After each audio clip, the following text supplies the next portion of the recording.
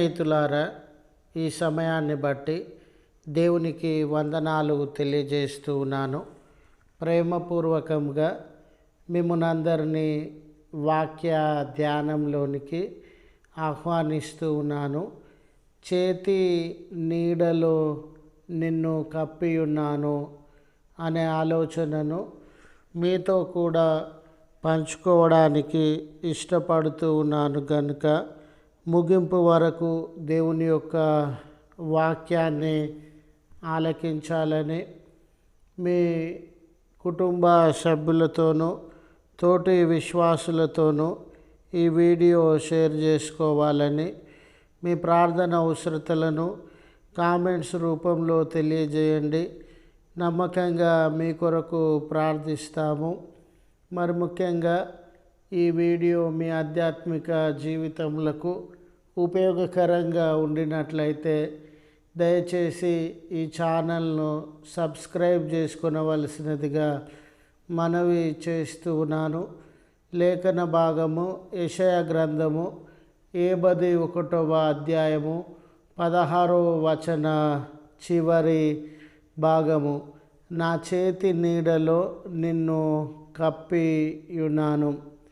స్నేహితులారా, ఒక కోడి తన రెక్కలను గుడ్లపై ఉంచి కాన్స్టంట్గా టెంపరేచరు ఇవ్వడం వలన, అంటే గుడ్లను పొదగడం వలన, ఈ పొదిగిన సందర్భంలో గుడ్లను పైన తన రెక్కలను ఉంచి మరి కాన్స్టంట్గా టెంపరేచరు ఇవ్వడం వలన ఆ గుడ్లు పొదిగి ఒక నూతనమైనటువంటి జీవిగా, కోడి పిల్లగా రూపాంతరము చెంది అభివృద్ధి చెంది అవి సృష్టిలోనికి ఒక జీవిగా రావడాన్ని మనము గమనిస్తాం. స్నేహితులారా, మరి అదే కోడి చిన్న చిన్న కోడి పిల్లల పైన తన రెక్కలను ఉంచి అన్ని ఆపదల నుండి కాపాడి అది ఎదగడానికి, అవి అభివృద్ధి చెందడానికి సహాయము, కాపుదలను అనుగ్రహించేదిగా ఉంటూ ఉన్నది. చూడండి, కోడి పిల్లలను అపహరించాలని, చంపివేయాలని గద్ద, కుక్క లాంటి జీవులు ప్రయత్నం చేస్తాయండి.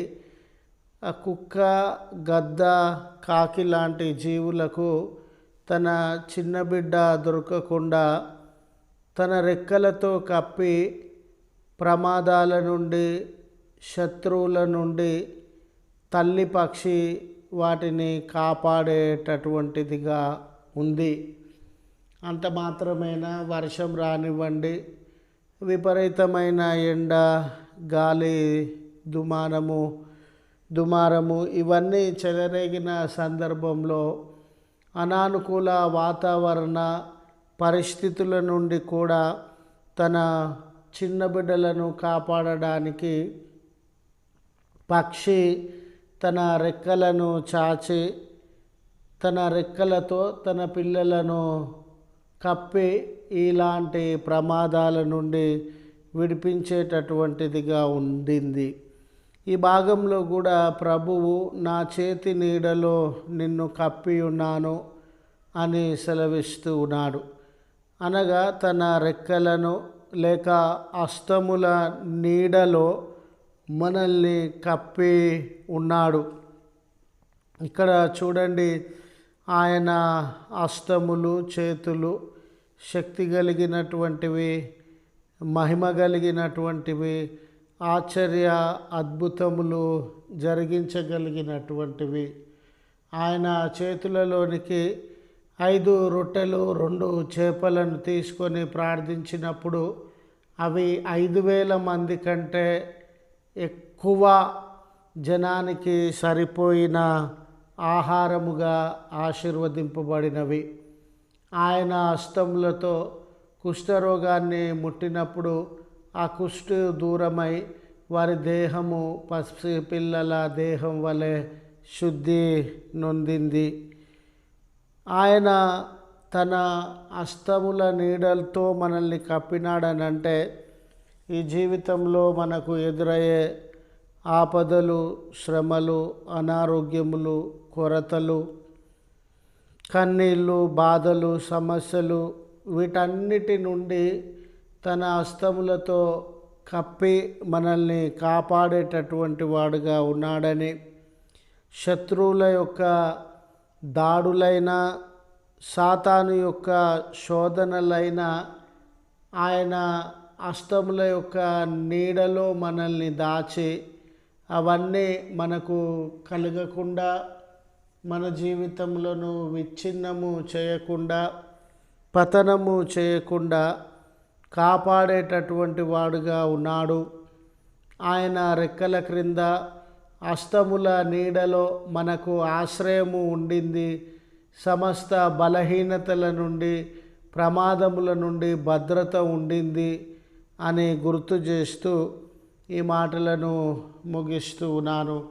ప్రార్థించుదము. కృపగల తండ్రి, ప్రేమగల మా రక్షక, నీ పరిశుద్ధ నామమునకు వందనాలు చెల్లిస్తూ ఉన్నాం. మా జీవితములు ఆపదలలో, శ్రమలలో, అనారోగ్యములు, కొరతలు, కన్నీళ్ళు, బాధలు, సమస్యలు ఈ ప్రార్థనలో ఏకీభవించుచు ఉన్న మా జీవితాలలో ఇటువంటి బాధలను, అవమానములను, కొరతలను, కన్నీళ్లను అనుభవించే వారంగా ఉన్నాం.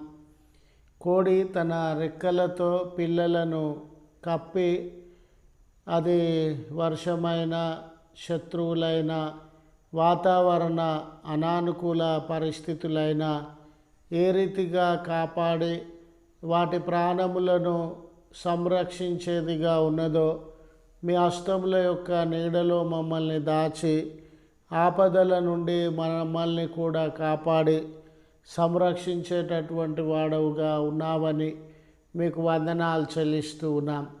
ఈ ప్రార్థనలో ఏకీభవించుచున్న బిడ్డలు ఈ ఆపదలో ఉన్న, కొరతలో ఉన్న, సాతాను బంధకాలు, శత్రువుల యొక్క దాడికి గురి చేయబడేటటువంటి వారుగా ఉన్న మీ హస్తములను వారిపైన చాచి హస్తముల యొక్క నీడలో భద్రపరిచి కాపాడుమని క్రీస్తు పేరట వేడుకొనుచున్నాము తండ్రి. ఆమెన్. తండ్రి, కుమార, పరిశుద్ధాత్మ త్రియేక దేవుని దీవెన మనందరికీ తోడై ఉండి మనలను కాపాడునుగాక. ఆమెన్.